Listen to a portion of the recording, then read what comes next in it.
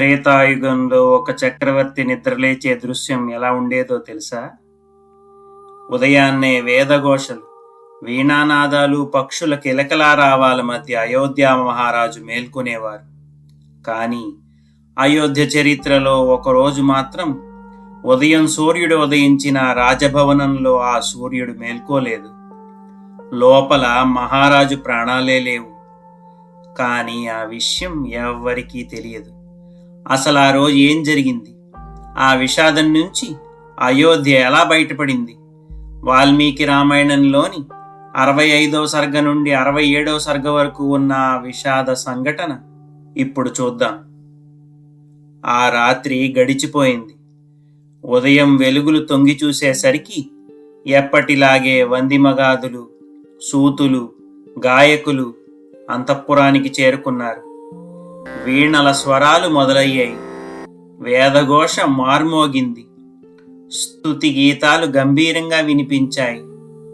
రాజును మేల్కొల్పే ఆ శబ్దాలు అంతఃపురం మొత్తం ఒక దైవిక సంగీతంలా మారిపోయింది. పక్షులు కూడా ఆ శబ్దాలకు స్పందించాయి. చెట్లపై, పంజరాల్లో అన్ని చోట్ల కిలకిలా రావాలి. ఇది సాధారణ మేల్కొలుపు కాదు, ఒక రాజుకు చేసే దైవ సేవ. బంగారు కలశాల్లో సుగంధ జలాలు సిద్ధంగా ఉన్నాయి. అద్దాలు, మంగళ ద్రవ్యాలు, భోజన పదార్థాలు అన్నీ సిద్ధంగా ఉన్నాయి. కానీ రాజుగారు ఇంకా లేవలేదే. సేవకుల మధ్య చిన్న గుసగుసలు మొదలయ్యాయి. కొంచెం ఆలస్యం, కొంచెం అనుమానం. చివరకు పరిచారికలు రాజుగారి శయన గృహానికి చేరుకున్నారు. వినయంతో, భయంతో సేవకులు లోపలికి వెళ్ళి తాకి చూశారు. వారి వేళ్లకు తగిలింది చల్లని శరీరం మాత్రమే. శ్వాస లేదు, స్పందన లేదు. మహారాజా! ఎటువంటి స్పందన లేదు. మళ్ళీ ప్రయత్నించారు. శ్వాస లేదు, కదలిక లేదు. ఆ క్షణంలో వాళ్ల గుండెల్లో ఒక భయం మెరుపులా దూసుకెళ్ళింది.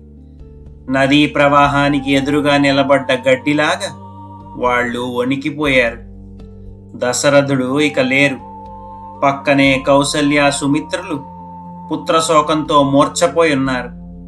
భర్త మరణించిన విషయం తెలియక నిద్రపోతున్న ఆ రాణులకు ఆ మరణ వార్త ఎలా చెప్పాలి? ఒక మహారాజు మరణం ఒక సామ్రాజ్యాన్ని ఒక్క క్షణంలో శ్మశానంలా మార్చేసింది.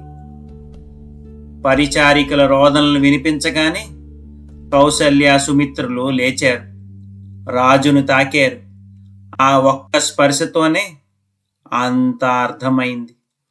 రాజుగారు చనిపోయారు. కౌసల్య ఆవేదన వర్ణనాతీతం. పతివ్రతనైన నేను ఆయన వెంటే వెళతానని ఆమె అగ్ని ప్రవేశానికి సిద్ధపడింది. హా నాదా అని కేక వేసింది. నేలపై కుప్పకూలిపోయింది కౌసల్య. ఆకాశం నుండి పడిపోయిన నక్షత్రంలా కాంతిహీనంగా, వేటగాడి బాణానికి గురైన ఆడ ఏనుగులా పొర్లాడుతోంది. కైకేయితో సహా అందరు రాణులు అక్కడికి చేరుకున్నారు. అంతఃపురం ఒక్కసారిగా ఏడుపుతో నిండిపోయింది.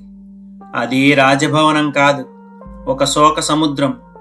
నిన్నటి వరకు ఆనందంగా ఉన్న ఇల్లు ఒక్క క్షణంలో శ్మశాన నిశ్శబ్దంగా మారిపోయింది.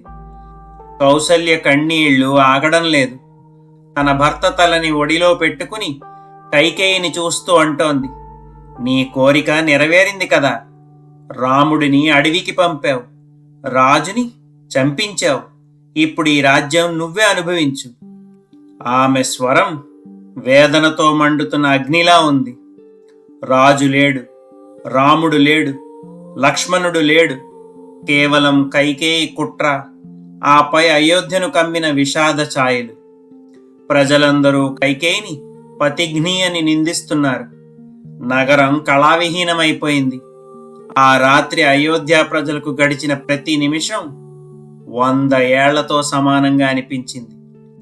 భరతుడు రాజ్యానికి వచ్చే వరకు రాజుగారి పార్థివ దేహం చెడిపోకూడదని మంత్రులు ఆయనను ఒక తైలద్రోణి, అంటే నూనెతో నిండిన తొట్టిలో భద్రపరిచారు. 1000 ఏళ్ల క్రితమే మనకు ఈ శాస్త్రం తెలుసని దీని అర్థం. భరతుడు వచ్చే వరకు అయోధ్యలో ప్రతి వీధిలో, ప్రతి ఇంటిలో ఒకే మాట, హా మహారాజా, సూర్యుడు లేని ఆకాశంలా, నక్షత్రాలు లేని రాత్రిలా అయోధ్య కాంతి కోల్పోయిందని.